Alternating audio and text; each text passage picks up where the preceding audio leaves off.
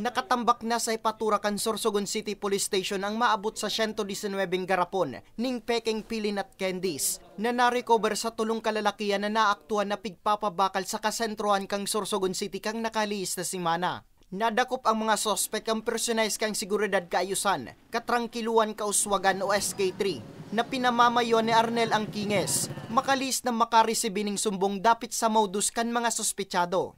Binisto ang mga sospek na residente kang syudad ning Legazpi asin Banwa ning Daraga. Ang sabi nila naman po, base sa kanyang aligasyon naman po, sabi nila is binibenta na doon nila yung sa murang halaga.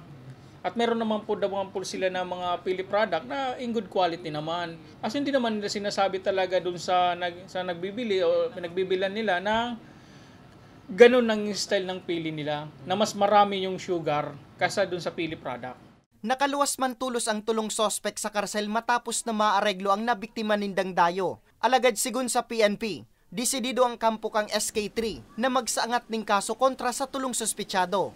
First time po yan po nangyari kung saan po mayroon pang event. So nagbebenta naman po, sa inyo naman po, kung gusto nyo pumahalin yung produkto nyo, isaayos nyo naman po. At kawawa naman po yung napagbibentahan natin. At saka naman po, maging patas lang po tayo at yung binebenta namin, yung perang binabayad naman po is pinaghihirapan naman po yun.